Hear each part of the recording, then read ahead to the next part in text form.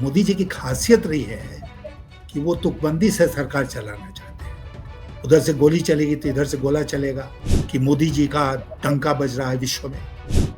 लेकिन इस मुद्दे पर एक भी दूसरा देश हमारे साथ खड़ा नजर नहीं आया। दूसरी बात की ये जो जंग हुई पाकिस्तान के साथ, इसमें टर्की, तुर्की, अजरबैजान, इस तरह के देश पाकिस्तान के साथ साफ खड़े नजर आए। चीन का समर्थन बिल्कुल स्पष्ट था पाकिस्तान को। भारत के साथ कौन खड़ा हुआ? हमारे विदेश सचिव इतने काबिल ऑफिसर हैं। कितने शर्म की बात है देशवासी के नाते कि इस तरह की भद्दी भद्दी गालियां उनको दी गई सोशल मीडिया में, और एक के खिलाफ अभी तक कोई कार्रवाई नहीं हुई है, एक का अकाउंट नहीं बंद हुआ है। ये सरकार कर क्या रही है? ये ट्रोल्स कौन है? ये ट्रोल आर्मी, ये भारतीय जनता पार्टी की ट्रोल आर्मी। जिस तरह मोदी जी एक्टिव रहे हैं फॉरेन पॉलिसी में, जिस तरह उन्होंने विदेश मंत्रालय की भूमिका को गौण कर दिया अपने 10-11 साल में, उसके बाद यही नतीजा निकला कि हम अकेले अलग थलग पड़े हुए हैं अंतर्राष्ट्रीय स्तर। ये मैं मानता हूं कि बहुत ही गंभीर मसला है जिस पर देश को चिंतन करना चाहिए। नमस्कार, मैं हूं संजीव श्रीवास्तव। आप देख रहे हैं 4 PM न्यूज नेटवर्क। मित्रों, एक बड़ी मशहूर कहावत है, मुहावरा है कि चौबे जी चले थे छब्बे बनने और दुबे जी बनकर लौटे। मैं किस संदर्भ में ये बात कर रहा हूं, मेरा मंतव्य क्या है, इसे आप समझ रहे होंगे, जान रहे होंगे, ठीक पहचान रहे हैं। मैं बात भारत और पाकिस्तान के बीच संघर्ष विराम को लेकर जो हालात देश के बने हैं या जिस तरीके के सवाल हो रहे हैं, उसी संदर्भ में कर रहा हूं। और ज्ञात है देश को कि 22 अप्रैल को पहलगाम में एक आतंकवादी हमला हुआ था और उसके बाद हमारे प्रधानमंत्री जी ने बहुत ताकत के साथ कहा था। हालांकि वे अब सीधे जो बात किया करते हैं, जो जनता के बीच आया करते थे, वैसी स्थिति तो नहीं है, लेकिन हाँ, उन्होंने बिहार के मधुबनी में जो एक चुनावी सभा थी वहां से, फिर उसके बाद मन की बात में दोहराया था अपना संकल्प की कल्पना से परे सजा हम जो ये आतंकवाद को कहीं पोषित करते हैं, पल्लवित करते हैं उन्हें, और जिन्होंने ये घटना को अंजाम दिया उन्हें दी जाएगी। अब हुआ भी 7 मई को जो भारतीय सेना ने अपने पराक्रम का परिचय दिया और जो हमारे यहाँ ऑपरेशन सिंदूर चलाया गया, उसने देश को बहुत कुछ, एक जो उबल रहा था उस उबाल में कहीं ना कहीं थोड़ी सी ढांढस बंधाई। लेकिन अनायास 10 मई को जो कुछ हुआ उसके बाद न केवल देश बल्कि दुनिया में जो भारतीय बसे हुए हैं उनके मन में भी बहुत सारे सवाल हैं, बहुत सारे ऐसे प्रश्न हैं कि जो समझ से परे हो रहे हैं कि आखिर, और उसमें सबसे खास बात यह रही कि जो ये संघर्ष विराम हुआ इसकी सूचना यदि कहीं से मिली तो वो मिली अमेरिका से। अमेरिका के राष्ट्रपति ने एक एक्स किया और उस एक्स में ये पता चला कि संघर्ष विराम के लिए भारत तैयार हो गया। और उसके कुछ देर बाद भारत ने भी ये घोषणा कर दी कि जो है युद्ध की जो स्थिति है, जो हालात हैं, वो अब फिलहाल में रोक दिए जा रहे हैं। सारी स्थितियां देश के सामने हैं और उसके बाद जैसा मैंने कहा कि जो बहुत सारे प्रश्न हैं, जो प्रधानमंत्री नरेंद्र मोदी जी के मित्र माय डियर ट्रंप, उनकी ओर से निकला, और अब इसके बाद बहुत सारी बातें हो रही। 36 घंटे से ज्यादा का वक्त हो चुका है और अलग अलग सिलसिला चल रहा है, उच्च स्तरीय बैठकें चल रही हैं और तमाम बातें हो रही हैं। हमारे जो सेना के तीनों अंग हैं उनके प्रवक्तागण भी देश के सामने आए थे, उन्होंने बहुत सारी बातें रखी है। लेकिन हम ये देख क्या पा रहे हैं कि उनकी जो बॉडी लैंग्वेज है वो कहीं ना कहीं उनके चेहरे पर थोड़ा सा अवसाद नजर आ रहा है। और अब ये भी शुरू हो गया है कि भारतीय जनता पार्टी जो हमेशा ऐसे मसले, ऐसे मुद्दों पर पीछे नहीं रहती है, तो अब वो देश के सामने आ चुकी है और उसने अब शुरुआत कर दी है, अपना जो इसके पीछे का सिलसिला होता है उसका आरंभ हो गया है। तो जो पूरी स्थितियां हैं, पूरे हालात हैं, बहुत सारे सवाल हैं, तो ऐसे जो चाहे वो भारत की जनता चाहती थी कि इस बार अब कम से कम इतना माकूल उत्तर दे दिया जाए पाकिस्तान को कि वो फिर ऐसे हालात पैदा करने की हिमाकत करने के पहले बहुत बार सोचे। तो वो सारे प्रश्न, मीडिया के सवाल, हमें अभी सरकार की ओर से तो जवाब नहीं मिले हैं, प्रधानमंत्री जी अभी तक सामने नहीं आए हैं, देश के रक्षा मंत्री जी ने बात नहीं की है प्रेस से, या जो विदेश मंत्री जी हैं वे प्रकट नहीं हुए, केंद्रीय गृह मंत्री जी सामने नहीं आए। तो तमाम जो प्रश्न हैं, ऐसे प्रश्नों के कुछ जो हम निरंतर मीमांसा कर रहे हैं, बातचीत कर रहे हैं, उस सिलसिले में चलेंगे एक बहुत बहुत खास मेहमान के पास। पहले मैं जोड़ूंगा उन्हें, जुड़ गए हैं, पहचान गए होंगे, आप यशवंत सिन्हा साहब हैं, और आपके परिचय की आवश्यकता तो नहीं है, लेकिन फिर भी मैं जो एक औपचारिकता होती है, खासकर उन जो युवा हैं जो बीते 2014 के बाद और अब युवा अवस्था में पहुंचे हैं, जो यशवंत जी के बारे में बहुत तरीके से भिज्ञ ना हो, तो मैं बता दूं कि यशवंत सिन्हा साहब 1960 बैच के एक आईएएस अफसर से उन्होंने अपना करियर शुरू किया था, और उसके बाद वे राजनीति में आए। 1984 में आप अटल बिहारी वाजपेयी जी की सरकार में विदेश मंत्री, आप वित्त मंत्री के तौर पर सेवारत रहे, और फिर कुछ हुआ उसके बाद उन्होंने बीजेपी से आपका अपना एक नाता तोड़ा, जैसे हालात बने। फिर कुछ समय टीएमसी में रहे, टीएमसी के बाद अब वे जो लड़ाई लड़ रहे हैं वो जो संविधान को बचाने की लड़ाई, और बीच में एक बार आप विपक्ष के जो राष्ट्रपति पद के उम्मीदवार भी रहे हैं। तो ऐसे सिन्हा साहब ने हमारे लिए समय निकाला है। मैं बहुत बहुत शुक्रिया अदा करूंगा माननीय यशवंत सिन्हा साहब का। और दर्शकों को पहले ये भी बता दूं कि ये जो बातचीत है थोड़ी सी लंबी होगी, बहुत सारे प्रश्न आपके मन के हैं, कुछ हमारे जो मन के सवाल हैं वो हम सिन्हा साहब से कुछ चाहेंगे कि उनसे जो हमें मिल सकता है, हासिल हो सकता है, क्योंकि आप देश की सरकार के बहुत प्रमुख अंगों में शुमार रहे हैं। भारतीय जनता पार्टी में बहुत लंबे वक्त तक काम किया, और बहुत ऐसे नेता हैं जिनका दीर्घ अनुभव है। मैं पुनः बहुत बहुत स्वागत करते हुए यशवंत जी, थोड़ी भूमिका लंबी हुई, लेकिन मैं यहीं से शुरुआत करना चाहूंगा कि जो पूरा का पूरा घटनाक्रम है, खासकर सीज फायर के बाद जो 36 घंटे हो गए, और अब जो कुछ देश में चल रहा है, बहुत सारे सवाल है। बड़ी एक जो प्रश्न यही है कि क्या मजबूरियां इसके पीछे दिखती हैं, रही होंगी। ओपनिंग रिमार्क से शुरुआत करूंगा, यशवंत सर। बहुत बहुत धन्यवाद संजीव जी। परिचय के बारे में एक बात और जोड़ दूं, मैं शायद आप भूल गए कि मैं आईएएस में आने के पहले 2 साल शिक्षक भी था, कॉलेज में पढ़ाता था। तो वो once a professor always a professor, वो वाली जो बात है वो कुछ हद तक मेरे पर भी लागू होती है। लेकिन खैर, आपने जो प्रश्न किया तो उसके उत्तर में मैं कहना चाहूंगा आपसे कि इस बार जो है, भारत पाकिस्तान का इतिहास तो बहुत लंबा है, लेकिन इस बार कहाँ से शुरुआत हुई? इस बार शुरुआत हुई पहलगाम में जो आतंकी हमला हुआ, जिसमें अनेक लोग मारे गए, और उसके बाद मोदी जी बिहार गए, मधुबनी की धरती पर खड़े होकर अंग्रेजी के 5 वाक्य बोले, दुनिया भर को संदेश दिया उन्होंने, और खुद उन्होंने कहा कि उनकी जमीन को मिट्टी में मिला देंगे, आतंकवादियों की बची खुची जमीन को मिट्टी में मिला देंगे। अब देश का प्रधानमंत्री अगर इस तरह का वक्तव्य देता है तो जाहिर है कि उसने सारे जो इनपुट है उसको ध्यान में रखकर, उसका एनालिसिस करके, उनको समझकर उन्होंने ये बयान दिया, और बयान दे उनका सुनने के लिए पूरा देश इंतजार कर रहा था। ये दूसरी बात है कि उसी दिन मीटिंग होनी थी, हुई विपक्षी दलों की, उसमें मोदी जी नहीं रहे। शायद उसमें रह के ये बयान देते और सारा विपक्ष उनके साथ खड़ा दिखता तो इसका दूसरा असर पड़ता। लेकिन छोड़िए उस बात को।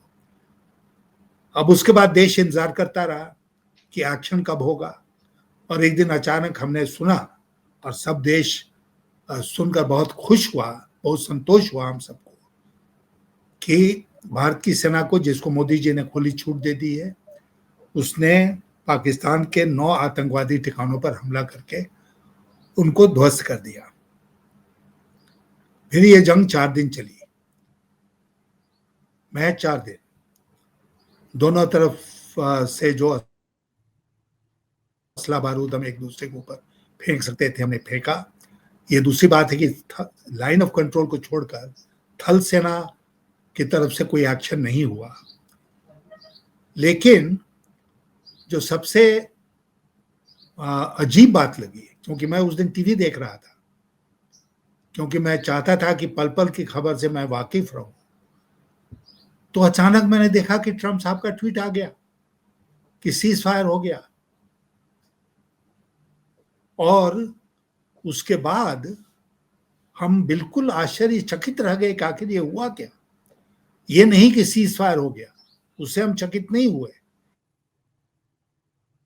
इस बात से चकित हुए कि ये घोषणा अमेरिका के राष्ट्रपति ट्रम्प साहब ने किया, डोनाल्ड ट्रम्प ने किया, जिसको अहमदाबाद में आपको याद होगा मोदी जी ने कहा था कि I now introduce to you my friend the president of the United States of America Donald Trump.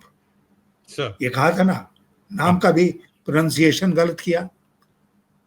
उसके बाद हाउडी मोदी में कैसे वो साथ साथ घूमे, मतलब ट्रम्प उनके बडी हैं, उनके नजदीकी मित्रों में है, ये सारी दुनिया के सामने साबित हो गया। और उस ट्रम्प ने एन मौके पर धोखा दे दिया, और मोदी जी को जो ट्वीट करना था वो ट्रम्प ने ट्वीट कर दिया। और उस ट्वीट के साथ बात नहीं रुकी, बात यहां तक हुई कि उनके जो ट्रम्प के जो दूसरे कैबिनेट कॉलीग्स हैं, उन लोगों ने यहां तक कहा कि अब एक न्यूट्रल स्थान पर भारत और पाकिस्तान के बीच में बातचीत होगी और हम कश्मीर के मसले को सुलझाएंगे। और ट्रम्प ने फिर ट्वीट करके कहा कि 1500 साल से यह मसला चल रहा है भारत और पाकिस्तान के बीच में, इतिहास का इतना ज्ञान उनको है, 1500 साल से चल रहा है और हम इस मसले को सॉल्व करेंगे। अब कल को अगर अमेरिका कहता है, ट्रम्प कहते हैं कि मोदी जी पेश हो, नवाज वो शहबाज शरीफ पेश हो और हम तुमसे कश्मीर के मसले पर बात करना चाहते हैं, तो भारत क्या करेगा? भारत की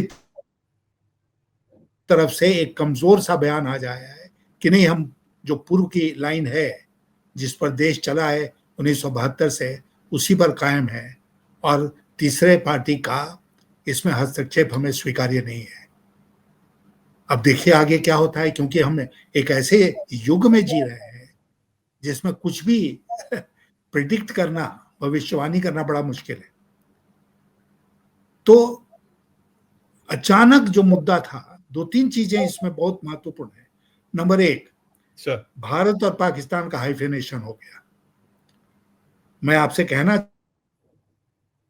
चाहता हूं, मैं 6 वर्षों तक अटल जी की सरकार में कैबिनेट कमेटी ऑन सिक्योरिटी का मेंबर था, और लगातार हमारा प्रयास यही था कि भारत और पाकिस्तान का हाइफेनेशन नहीं होना चाहिए, भारत और पाकिस्तान को दुनिया के देश एक करके नहीं देखें।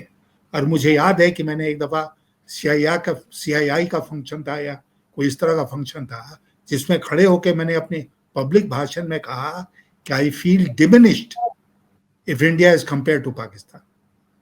As an Indian I feel diminished. कहां इंडिया, कहां पाकिस्तान? लेकिन आज हम दोनों हाइफेनेट हो गए, फिर एक बार जुड़ गए। दूसरी बात, तीसरे देश का हस्तक्षेप हो गया, जो 1972 के शिमला समझौते के बाद जिस पर एक तरह से बैन लगा हुआ था। तीसरी बात कि जंग हुई और जंग के सीज फायर का ऐलान ट्रम्प के द्वारा किया गया, उसके बाद पाकिस्तान के द्वारा किया गया, और उसके बाद तब थर्ड में इंडिया के द्वारा किया गया। ये हुआ। और आप देखिए, हमारे विदेश सचिव इतने काबिल ऑफिसर हैं, तभी तो यहाँ पहुंचे विदेश सचिव के पद पर, और वो अपने सरकारी जिम्मेदारी का निर्वहन कर रहे थे जब वो आए मीडिया के सामने। उन्होंने घोषणा की कि सीज फायर हो गया, और उसके बाद ट्रोल्स ने कितना ट्रोल किया है उनके और उनके परिवार को। कितने शर्म की बात है देशवासी के नाते कि इस तरह की भद्दी भद्दी गालियां उनको दी गई सोशल मीडिया में, और एक के खिलाफ अभी तक कोई कार्रवाई नहीं हुई है, एक का अकाउंट नहीं बंद हुआ है। ये सरकार कर क्या रही है? सेम हिमांशी नरवाल के साथ जब उन्होंने मशविरा दिया था, उनके साथ भी ऐसे ही हुआ था। बिल्कुल हुआ, बिल्कुल हुआ। तो आप देखिए कि किसी पर भी कोई कार्रवाई नहीं होगी, क्योंकि ये कौन कर रहा है? ये ट्रोल्स कौन है? ये ट्रोल आर्मी, ये भारतीय जनता पार्टी की ट्रोल आर्मी। और जो भारतीय जनता पार्टी खुद नहीं कर सकती है वो ट्रोल्स के द्वारा कराती है।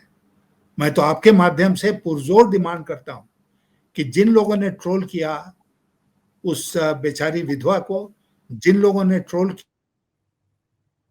किया विदेश सचिव को, उनके सोशल अकाउंट तुरंत बंद होने चाहिए और उनके खिलाफ एफआईआर होना चाहिए, उनके खिलाफ मुकदमा चलना चाहिए। तभी ये लोग समझ पाएंगे। अगर ऐसा नहीं होता है तो हम इस निष्कर्ष पर पहुंचने के लिए मजबूर होंगे कि इसके पीछे भारतीय जनता पार्टी और सरकार का हाथ है।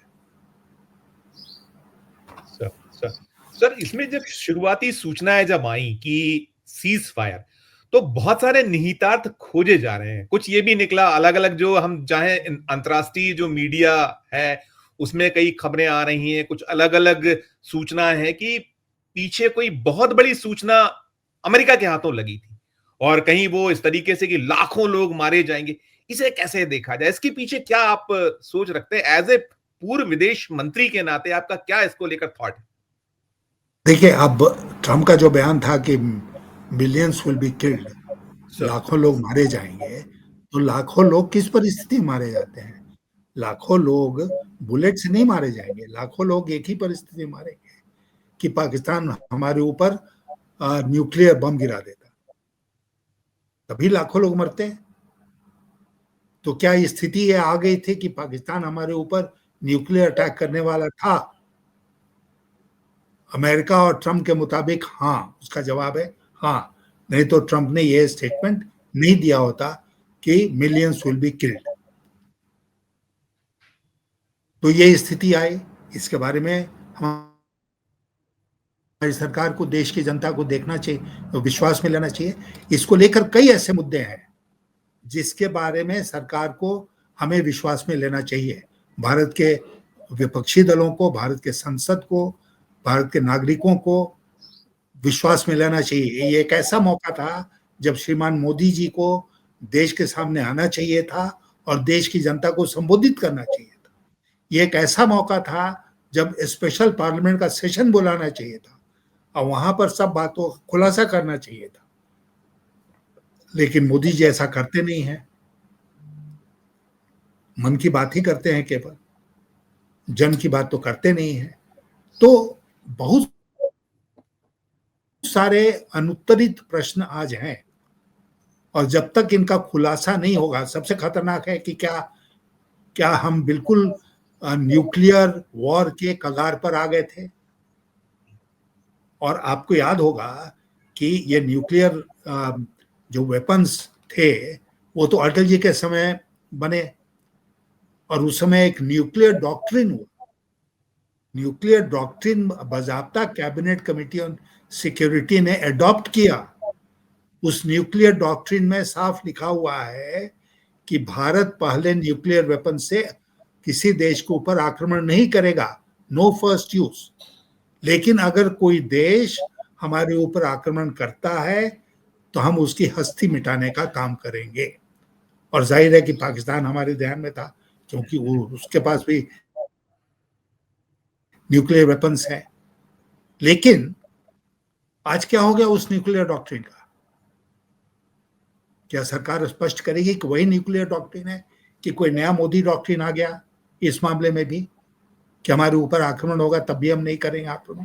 क्या हुआ क्या? तो इसीलिए मैं कह रहा हूं कि इतने सारे अनुत्तरित प्रश्न हैं जिनका खुलासा सरकार को करना चाहिए, प्रधानमंत्री को करना चाहिए। तत्काल अगर वो ऑल पार्टी मीटिंग बुलाते हैं तो उसमें करना चाहिए, पार्लियामेंट का सेशन बुला के करना चाहिए, देश के नाम संबोधन करके करना चाहिए और प्रधानमंत्री को करना चाहिए। रक्षा मंत्री, गृह मंत्री, विदेश मंत्री ऐसा करें ना करें, प्रधानमंत्री को देश के सामने आके और इन बातों का खुलासा करना चाहिए। Did we come close to a nuclear conflagration with Pakistan? ये बहुत गंभीर मुद्दा है ना, इससे गंभीर दूसरा मुद्दा हो ही नहीं सकता। बिल्कुल बिल्कुल बिल्कुल। मैं सर आपके दौर का, खासकर अटल जी का एक वक्तव्य आप सुनिएगा, आप हैं उसमें। युद्ध चल रहा था अटल जी तो राष्ट्रपति लिंकन ने मुझे बुलाया न्यूयॉर्क में, वाशिंगटन में।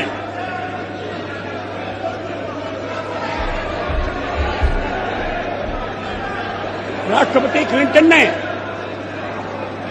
और उन्होंने कहा कि यहां पाकिस्तान के प्रधानमंत्री आ गए हैं, आप भी आ जाइए, दोनों मिलकर बैठिए, हम सवालों को तय करेंगे।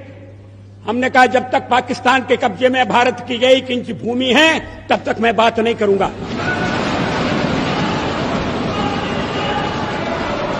और मैं अमेरिका नहीं गया,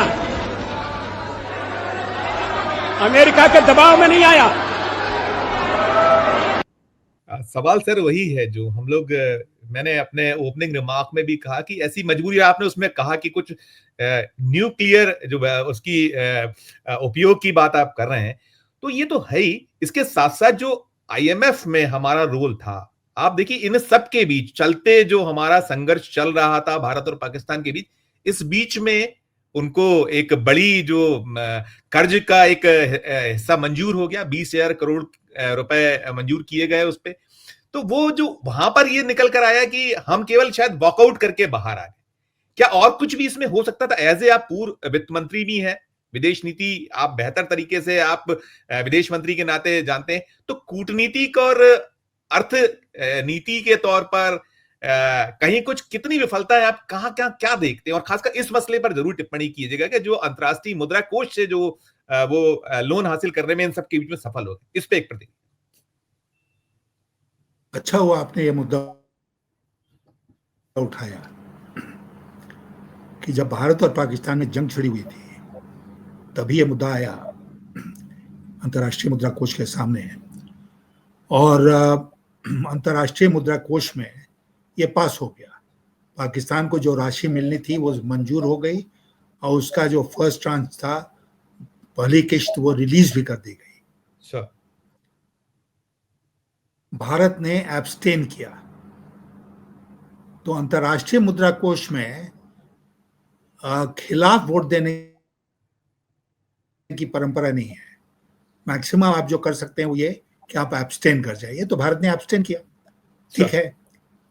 लेकिन इसमें जो नोट करने वाली बात है संजीव जी, वो बात ये है कि हमारे साथ एक भी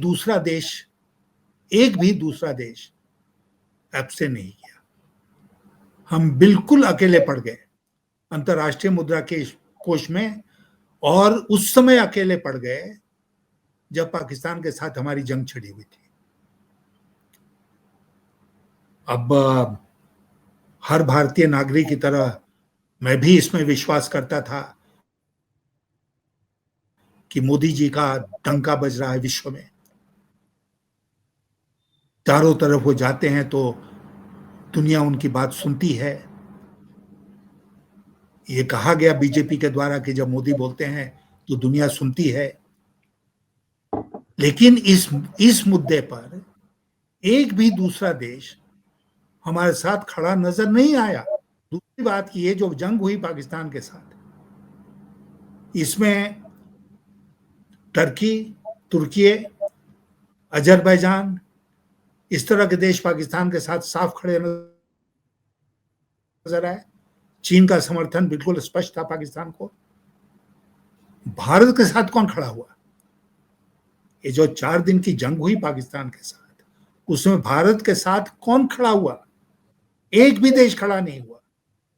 यहां तक कि नेपाल ने भी कहा कि संयम बरतो, इसको आगे मत बढ़ने दो। तो दक्षिण एशिया के देश हों या अंतर्राष्ट्रीय स्तर पर जो देश है, किसी ने हमारा साथ नहीं दिया। ये एक बड़ी सबक देश को सीखने को मिली है इस पूरे प्रकरण में, कि अंतर्राष्ट्रीय स्तर पर भारत बिल्कुल अलग थलग पड़ा हुआ है, अकेला पड़ा हुआ है। मालदीव्स तक ने हमारा समर्थन नहीं किया, श्रीलंका ने हमारा समर्थन नहीं किया, नेपाल ने हमारा समर्थन नहीं किया, बांग्लादेश की तो बात ही छोड़ दीजिए। तो इस स्थिति दुर्गत को हम क्यों प्राप्त हुए हैं आज, जबकि मोदी जी का डंका बज रहा है, वार रुकवा दी पापा।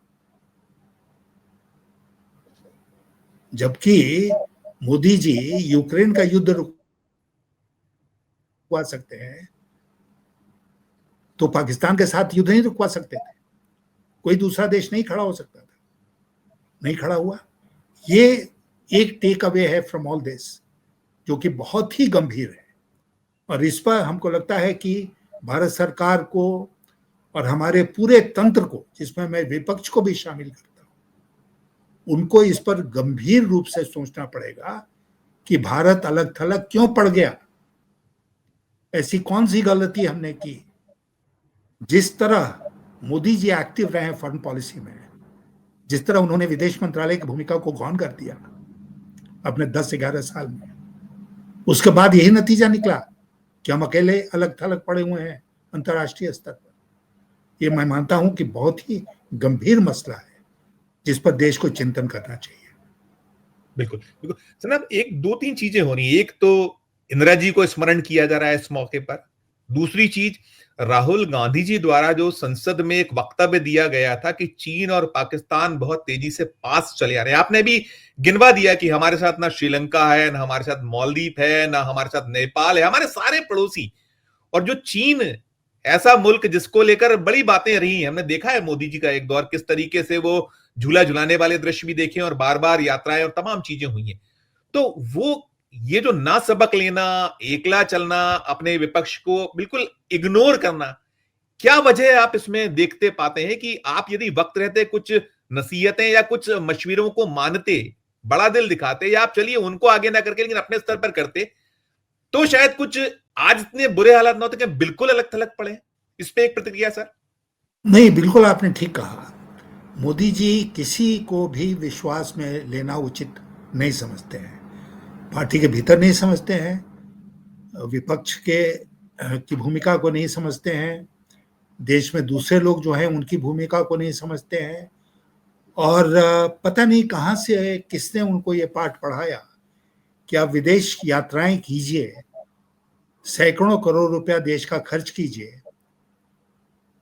विदेश नीति को देश की जो आंतरिक नीति है उसका एक हिस्सा बना दीजिए, वहां पर जाकर एनआरआईज की मीटिंग कीजिए प्रवासी भारतीयों को, और दूसरे देश जहां आप गए थे उनके साथ बातचीत में क्या हासिल हुआ उसका जिक्र नहीं करके आप जो भाषण देते हैं प्रवासी भारतीयों के सामने उसी का खूब प्रचार कीजिए, गलबहियां लगाइए लोगों को।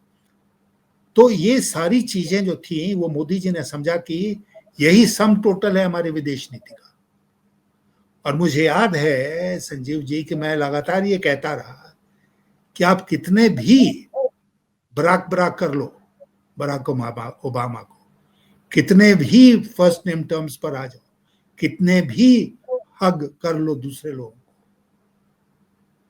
वो जब अपनी पॉलिसी बनाएगा तो अपने देश की हितों की रक्षा करने वाली पॉलिसी बनाएगा, भारत के लिए पॉलिसी नहीं बनाएगा, वो अपने देश के लिए पॉलिसी बनाएगा। तो अच्छा है कि हम दूसरे मुल्कों के प्रतिनिधियों के साथ अच्छा संबंध रखें व्यक्तिगत स्तर पर, लेकिन उसको इतना बढ़ा चढ़ा कर नहीं पेश करें कि भाई वो हमारे ही हो गया, हमारे साथ खड़ा रहेगा बराबर। और इसमें अगर किसी प्रमाण की आवश्यकता थी तो आज हमको प्रमाण इसका मिल गया।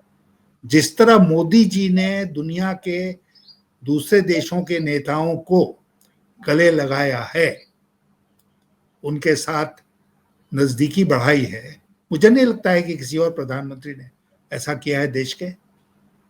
लेकिन वो सब प्रधानमंत्री अलग थलग नहीं पड़े थे जिस तरह आज मोदी जी अलग थलग पड़े हुए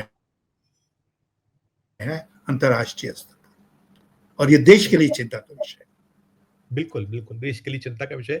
सना साहब, इसमें एक हम देख रहे हैं कि हमारी सेना के हमने पराक्रम को देखा, 4 दिनों में उसने वो करके दिखाया, मतलब जिसको लेकर हम सदा गर्व किया करते थे, करते हैं और करते रहेंगे।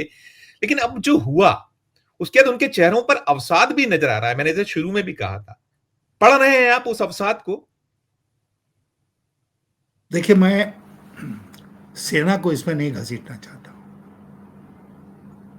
सेना हमारी शुरू से बिल्कुल अपॉलिटिकल, गैर राजनीतिक रही है। उसने देश की राजनीति में कोई इंटरेस्ट नहीं रखा है। हमारी देश की सेना एक बिल्कुल प्रोफेशनल आर्मी रही है, और ये हमारी सबसे बड़ी ताकत रही है। हमारे प्रजातंत्र की अगर कोई बड़ी ताकत रही है तो ये रही है कि हमारी सेना टोटली अपॉलिटिकल रही है। बांग्लादेश में नहीं, पाकिस्तान में नहीं, कहीं पर भी हमारे आसपास पास पड़ोस में सेना की वो भूमिका नहीं रही है तारीफ काबिल जो भारतीय सेना की रही है। तो सेना को हम इस डिस्कशन से बाहर रखें तो अच्छा है। मोदी जी ने सेना को खुली छूट दी थी, सेना ने अपना पराक्रम दिखा दिया, और जब सीज फायर हुआ तो सेना को उसको स्वीकार करना था, सेना ने उसको स्वीकार किया, और ऐसा होना भी चाहिए था, क्योंकि सिविलियन अथॉरिटी जो है, डेमोक्रेटिकली इलेक्टेड अथॉरिटी जो है हमारे देश में, वो सेना के ऊपर है। संविधान से हम सब गाइड होते हैं, और मैं मानता हूं कि ये बहुत बड़ी बात है भारतीय सेना की कि उन्होंने आज तक राजनीति में कोई रुचि नहीं दिखाई है, अलग थलग रहे हैं, और जो सिविलियन अथॉरिटी का आदेश हुआ है उसका पालन करने का उन्होंने काम किया। सर, रक्षा मंत्री जी का कल एक हमने बयान देखा। कल वो जो ब्रह्मोस का जो हम लखनऊ में शुरुआत हुई है वहां, उसमें वो एक कार्यक्रम में थे और इसी माध्यम के थे जिस माध्यम से हम लोग जुड़े हुए हैं। तो उन्होंने एक बात कही कि हमने जो पहलगाम में आतंकवादी हमले के शिकार लोग थे उनको उनका बदला ले लिया है, उनको न्याय दिला दिया, इस तरीके का उनके जो भाषण का ध्वनि थी। अब जो भारतीय जनता पार्टी की ओर से शुरुआत हो गई है, उनका ये कहना है, चूंकि मैं आप राजनीतिक भी हैं तो मैं उस नाते सवाल करना चाह रहा हूं कि बीजेपी कह रही है कि हमने 100% जो हमारा एक ऑपरेशन था वो सफल हो गया। इस पे एक टिप्पणी आपकी।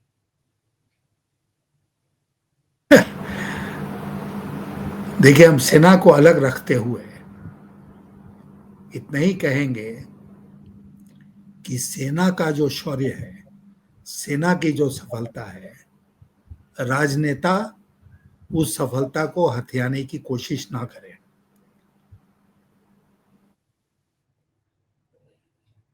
ये सबके लिए बेहतर होगा। और राजनाथ सिंह ने जो कहा उससे भी ज्यादा आगे बढ़ चढ़कर तो योगी जी ने कहा। योगी जी आजकल उत्तर प्रदेश के मुख्यमंत्री के नाते उत्तर प्रदेश की कम बात करते हैं और देश की राजनीति और अंतर्राष्ट्रीय राजनीति जो है उसकी ज्यादा बात करते हैं। और ये भी एक इंडिकेशन देता है, एक इशारा करता है कि उनके मन में क्या है भविष्य के लिए। तो खैर छोड़िए, वो बीजेपी के अंदर की बात है। मैं इतना ही कहूंगा कि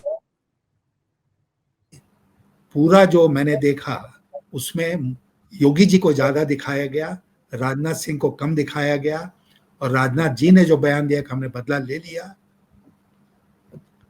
अब सूत्रों के हवाले से खबरें हैं सर। अब आपने जैसे कहा कि प्रधानमंत्री जी को देश के सामने आना चाहिए, स्थितियों को साफ करना चाहिए, अभी तो यही आ रहा है सूत्रों के हवाले से कि इसमें अमेरिका की कोई भूमिका नहीं थी। अब ये भी आ गया प्रधानमंत्री जी की ओर से, सूत्रों के हवाले एजेंसीज लिख रही हैं कि गोली चली तो गोला दागेंगे। इसे कैसे, इस पे क्या कहिएगा आप? मतलब ठीक है, लेकिन ये चीजें देखिए, तुकबंदी से अगर सरकार चलती ही तो कोई भी सरकार चला लेगा जिसको तुकबंदी आती है। मोदी जी की खासियत रही है कि वो तुकबंदी से सरकार चलाना चाहते हैं। उधर से गोली चलेगी तो इधर से गोला चलेगा, ये तुकबंदी ही है ना। फिर ये कहने की क्या जरूरत है, करके दिखाओ ना, करके दिखाओ, जब मौका आएगा तब। पहले से इस तरह का भाषण देना मैं मानता हूं कि रणनीति के दृष्टिकोण से सही नहीं है। अपनी ताकत का अंदाज हमारी सेना ने पाकिस्तान को करा दिया है। तो आप अभी सीजफायर मान चुके हैं तो बात को वहां छोड़ दीजिए। अब आगे आप कहिए कि ऐसे कर देंगे, वैसे कर देंगे, जब मौका आएगा तो करके दिखा देना यार। बिल्कुल बिल्कुल सर, आपने ये कहा, मैं सेना को इतर रख के बात करूंगा, नहीं उस पर टिप्पणी चाहूंगा आपकी, लेकिन क्या ये लोग जो इनकी फितरत है, खार क्या प्रधानमंत्री जी भी आपने देखा था मधुबनी से उन्होंने ऐलान किया, वो सबने देखा कि चुनाव इसी साल होने वाले हैं, उस मंच से हुआ। तो क्या ये लोग इससे मसले को, इस मुद्दे को आने वाले वक्त में आपको लगता नहीं है कि छोड़ेंगे? जो इनको सूट करेगा उस अकॉर्डिंग ये इसको भुनाने की कोशिश नहीं करेंगे?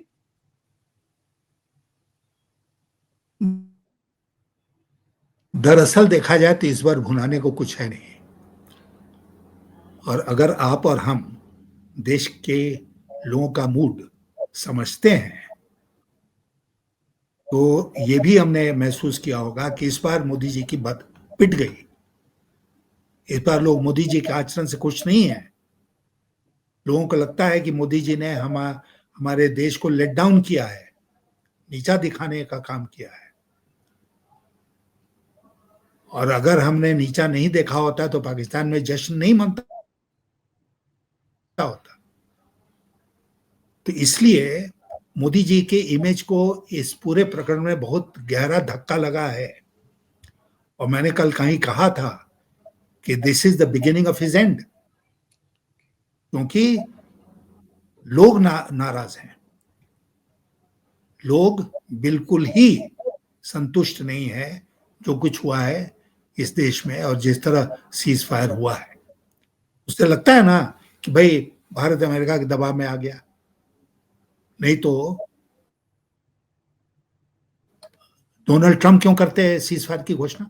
क्या कोई 100 मीटर का रेस था जिसमें वो फर्स्ट हो गए और पहले घोषणा कर दी? तो मोदी जी का जो इमेज उन्होंने बनाया था कि बहुत ही शक्तिशाली व्यक्तित्व हैं और उन्होंने सबको झुका दिया अपने सामने, तो ऐसा लोगों को लगा कि ऐसा नहीं है सही। और इंदिरा गांधी का याद आना लाजमी है इस समय, क्योंकि उन्होंने न केवल अमेरिका के दबाव को झेला बल्कि अमेरिका ने 7th फ्लीट भेज दिया था बे ऑफ बंगाल में 1971 में।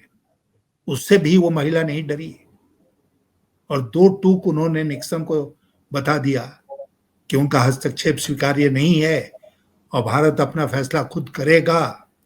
और ये भारत की विदेश नीति की बहुत बड़ा मूल मंत्र रहा है, स्ट्रेटेजिक ऑटोनॉमी।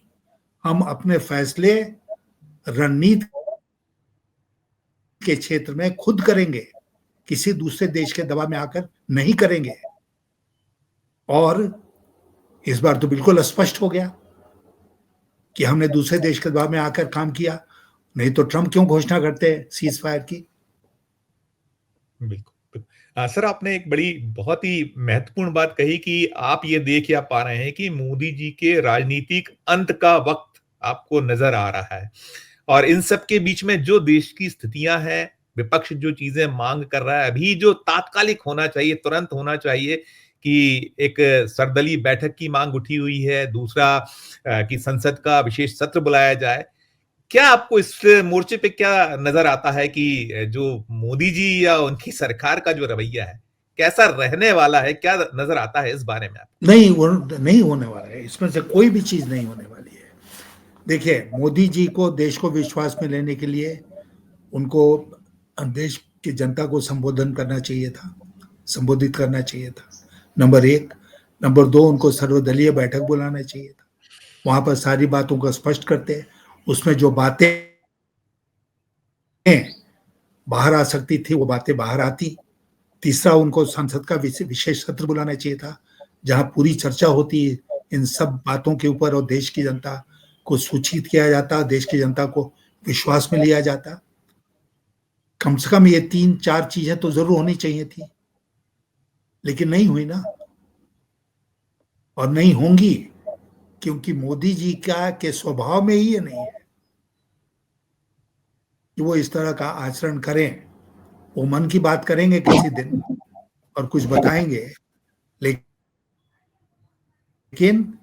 प्रेस कॉन्फ्रेंस नहीं करेंगे। सरकार ने प्रेस कॉन्फ्रेंस क्यों नहीं किया? सरकार की तरफ से संवाद एक तरफा क्यों है इतने गंभीर मुद्दे पर? किसी को तो आकर सर प्रेस कॉन्फ्रेंस करना चाहिए था। आर्म्ड फोर्सेस के लोगों को आपने छोड़ दिया कि वो जहां तक उनका सवाल है वो उसके बारे में बात करें, लेकिन जो राजनीति है ये पूरी, जो इसका इंटरनेशनल एक परिप्रेक्ष्य है, बैकग्राउंड है, उन सब के बारे में कौन बात करेगा? प्रधानमंत्री करेंगे, विदेश मंत्री करेंगे, रक्षा मंत्री करेंगे, गृह मंत्री करेंगे, यही लोग ना है कैबिनेट कमेटी ऑन सिक्योरिटी के सदस्य, फाइनेंस मिनिस्टर को के साथ। तो ये क्यों नहीं सामने आते हैं? बड़ा सवाल ये तो बहुत सब उस समय चुन चुन के मारेंगे, ऐसे कर देंगे, वैसे कर देंगे, इन तीन कर देंगे। अब कहां सटके हुए हैं अमित शाह? चुन चुन के मारेंगे, कहां सटक गए? क्यों नहीं इनको मुंह से आवाज निकल रही है? और कहां थे वो जब वो घटना घटी पहलगाम में? 1.5 घंटा लगा घायलों को पिकअप करने में। 2000 टूरिस्ट वहां पर थे, प्रशासन का एक बंदा नहीं था, एक सिपाही नहीं था। इस पर क्या गृह मंत्री को तत्काल इस्तीफा नहीं देना चाहिए? बिल्कुल सर। अब तो ये भी एक बात हो रही कि एक कैलकुलेटिव था। ठीक है, आप जैसे आपने कहा नहीं आ रहे हैं ना प्रधानमंत्री जी सामने आ रहे हैं, ना उनके जो बाकी सहयोगी हैं काबीना के वो लोग आ रहे हैं, सेना आ गए। अब आज की तारीख में जैसे हम मिस्री साहब की बात की, उन्हें ट्रोल किया जा रहा है, तो कहीं ये भी बात हो रही कि कैलकुलेटिव था सारा कुछ। ऐसा भी एक अब कहीं जो मन में शंकाएं उठती हैं, उत्पन्न होती हैं, वो भी कहीं है कि ये शायद हमारे जो हुक्मरान है जान रहे थे शायद। तो इसके तहत कुछ ऐसा कुछ हम देख सकते हैं, मान सकते हैं, या माना जाना ठीक है नहीं है, इस पे एक प्रतिक्रिया सर? नहीं, मैं क्या प्रश्न क्या था आपका? मैंने सर ये प्रश्न था मेरा कि हमने टोटली सेना हमारी आगे थी और बड़ा अच्छा लगा था। वो मिस्री साहब तो थे ही थे, फिर हमारी वो जो कर्नल सोफिया कुरैशी थी, या जो व्योमिका सिंह थी जो आ रही थी, हम विंग कमांडर, बढ़िया एक देश में अलग संदेश जो आ रहा था। लेकिन इन सबके बीच में जिस तरीके से सीज फायर हुआ सारू, आज वो हीरो के तौर पर सामने थे, विलेन के तौर पर उन्हें प्रस्तुत हो गए। तो कहीं कैलकुलेटिव था ये सब? ये कहीं हमारे जो हुक्मरान है उन्हें कहीं ये चीज का इल्म था कि ऐसे हालात बने तो हम पीछे रहेंगे, वही आगे रहेंगे? ये भी ये एक मन में शंकाएं हैं देशवासियों, इस पे एक आपका नोट? देखिए, अगर उनको आगे किया, बहुत अच्छा किया, क्योंकि बहुत सारी डिटेल की बातें थी जो उनको करना चाहिए था। लेकिन इसका एक पॉलिटिकल एंगल भी है, और उस पॉलिटिकल एंगल को कवर करने के लिए समय समय पर 4 दिन में जो जंग चली, उसमें कम से कम 2 दिन, 1 दिन किसी राजनेता को सामने आने, सरकार के किसी मंत्री को सामने आना चाहिए था, प्रधानमंत्री को सामने आना चाहिए था, और राजनीति के दृष्टिकोण से बताना चाहिए था देश को कि क्या हो रहा है। उन्होंने तो मैं आर्म्ड फोर्सेस के दृष्टिकोण से बता दिया, विदेश नीति के दृष्टिकोण से बता दिया, लेकिन राजनीति को कवर करना उनकी जिम्मेदारी नहीं थी। वो जिम्मेदारी कैबिनेट के ऊपर थी, प्रधानमंत्री के ऊपर थी, और उनको सामने आकर और उनके सहयोगियों को सामने आकर, कैबिनेट कमेटी ऑन सिक्योरिटी के लोगों को सामने आकर ब्रीफ करना चाहिए था। ये एक परंपरा रही है। अब मैं जानता हूं, क्योंकि कैबिनेट कमेटी ऑन सिक्योरिटी की जब मीटिंग होती है तो उसके प्रवक्ता कौन है? उसके प्रवक्ता विदेश मंत्री हैं। विदेश मंत्री को नहीं सामने आए? विदेश मंत्री को सामने आना चाहिए था। तो यह सब ऐसा नहीं हुआ। पॉलिटिकल मैनेजमेंट जो था इस कॉन्फ्लिक्ट का, वो बहुत बुरा रहा। बिल्कुल, मैं 2-3 सवाल में खत्म करूंगा सर, काफी वक्त आपका ले चुका हूं।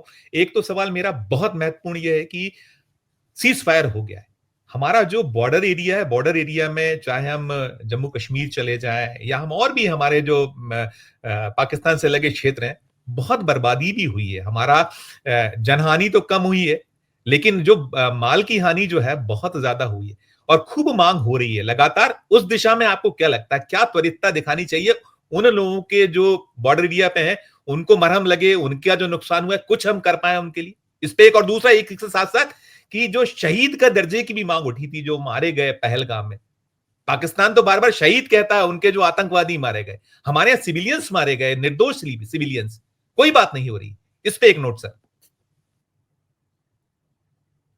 पहले तो जो बॉर्डर पर नुकसान हुआ है, मुझे लगता है कि सरकार को इसकी भरपाई करनी चाहिए, राज्य सरकार और केंद्र सरकार को, दोनों को मिलकर इसकी भरपाई करनी चाहिए। मैं उन बॉर्डर एरियाज में गया हूं, और मैं आपसे कहना चाहूंगा कि वो लोग बहुत दुखी होते हैं इस बात से कि जब गोलाबारी होती है तो उनके ऊपर गोलाबारी होती है, उनका नुकसान होता है।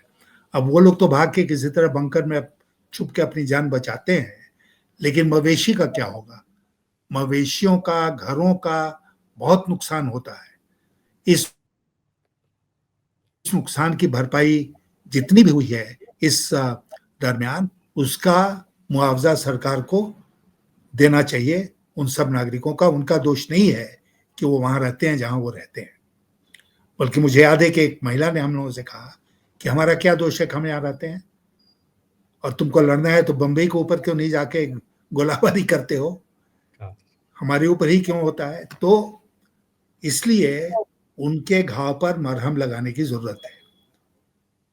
मैं उम्मीद करता हूं कि जम्मू और कश्मीर की सरकार और भारत सरकार मिलकर ये काम करेगी। नंबर 2, जो आपने कहा कि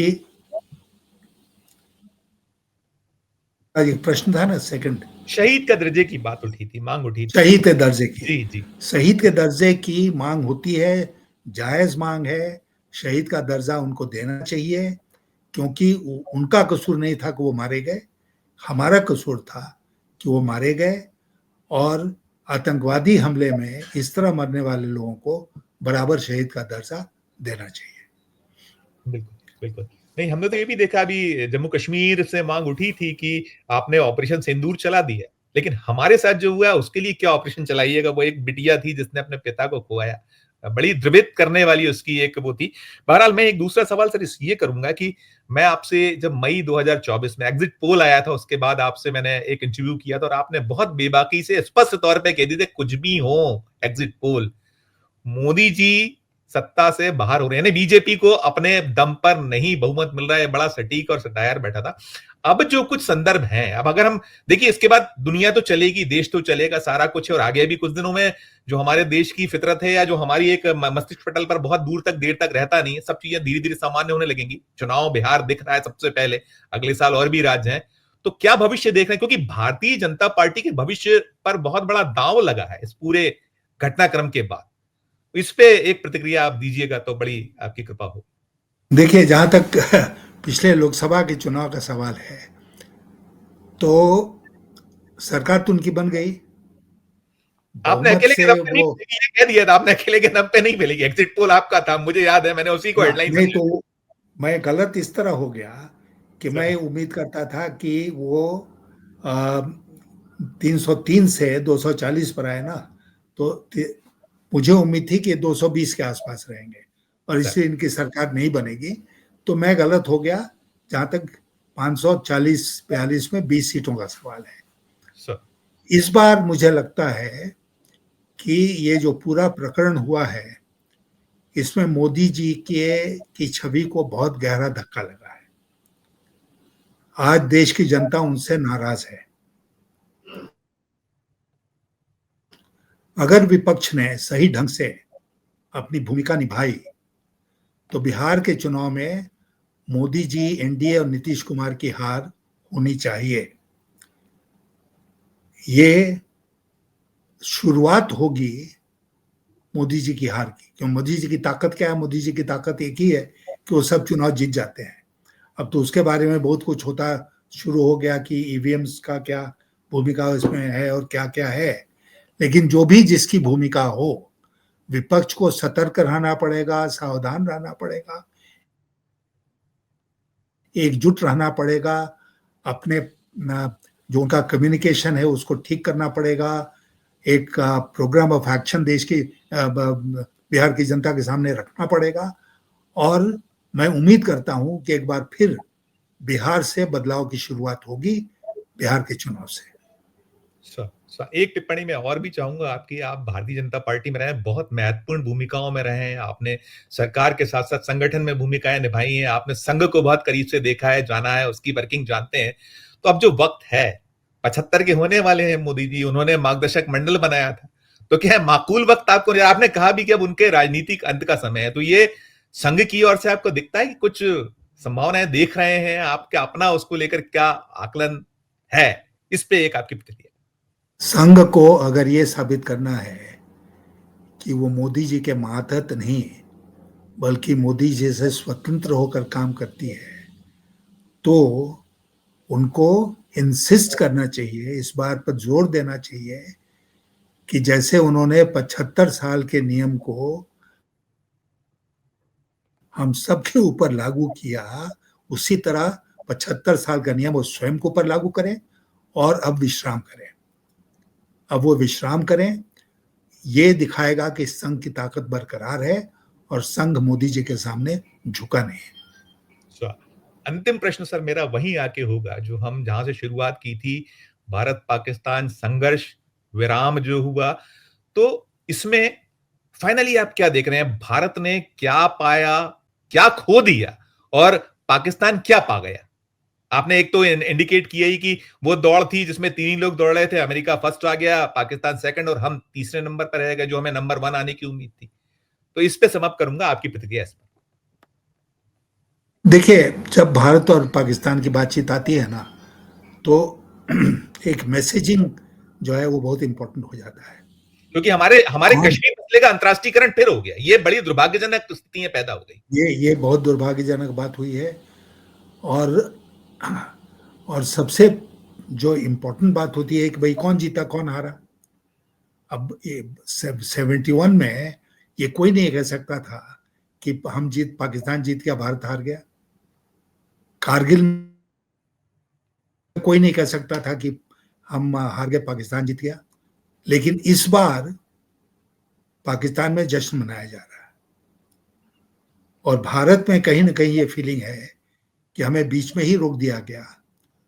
जो हमारी सेना को एडवांटेज मिला था वो उसको लॉजिकल कंक्लूजन तक नहीं ले जाने दिया गया और हमने सीज फायर स्वीकार कर लिया। इस तीसरे पार्टी के हस्तक्षेप से सीज फायर स्वीकार हुआ, यूएन सिक्योरिटी काउंसिल के आग्रह पर नहीं, ट्रम्प के आग्रह पर। नंबर 2 कि पाकिस्तान में ये क्यों फीलिंग है कि पाकिस्तान जीत गया, उसके बारे में हमें चिंता करनी चाहिए। नंबर 3 कि अंतर्राष्ट्रीयकरण हो गया कश्मीर के मुद्दे का और हमें अपनी पूरी ताकत आने वाले दिनों में लगानी पड़ेगी। कैसा नहीं हो, मजबूती के साथ हमें ट्रम्प को कहना पड़ेगा कि नहीं, आपकी मध्यस्थता हमें स्वीकार नहीं है।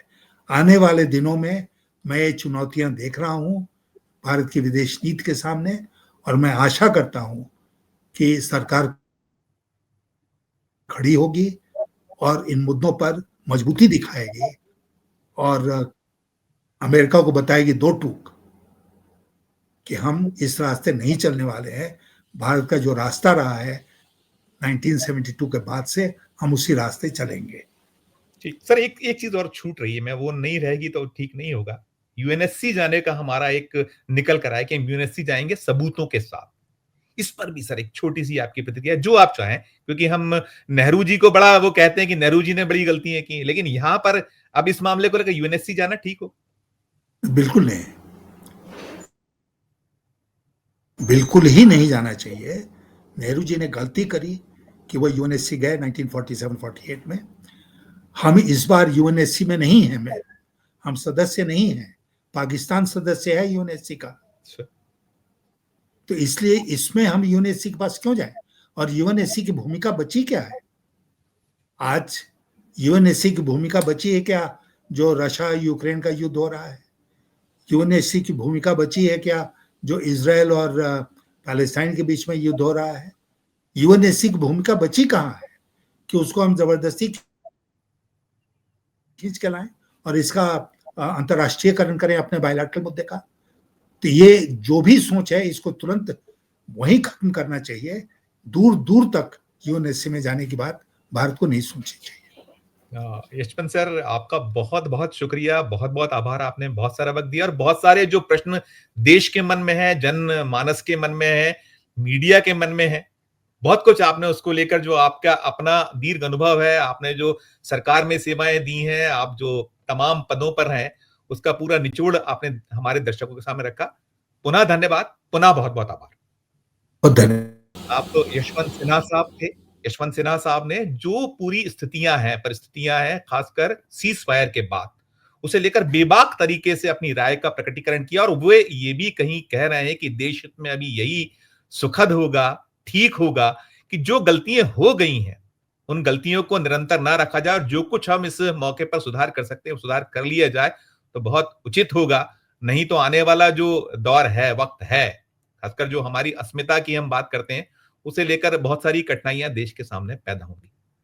पूरी चर्चा आपने सुनी, आपकी अपनी क्या राय है? यशवंत सिन्हा जी ने बहुत बेबाकी से सारी चीजें साफ कर दी। उन्होंने स्पष्ट कर दिया है कि मोदी जी का जो राजनीतिक अंत है उसे वे देख रहे हैं, करीब है और जो कहीं इस दौर में अब उन्हें अपना जो अगर राजनीतिक अंत सुधारना है उसमें ध्वनित होता है तो कम से कम जो गलतियां हैं उन्हें सुधार लें। ये एक सुनहरा अवसर उनके पास होगा। इस चर्चा में इतना ही। हम फिर किसी नए विषय, किसी नए मुद्दे के साथ आपके समक्ष हाजिर होंगे।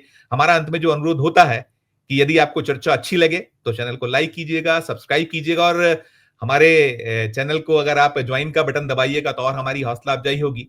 प्यार और स्नेह बनाए रखिए और देखते रहिए 4 PM न्यूज नेटवर्क। धन्यवाद, नमस्कार।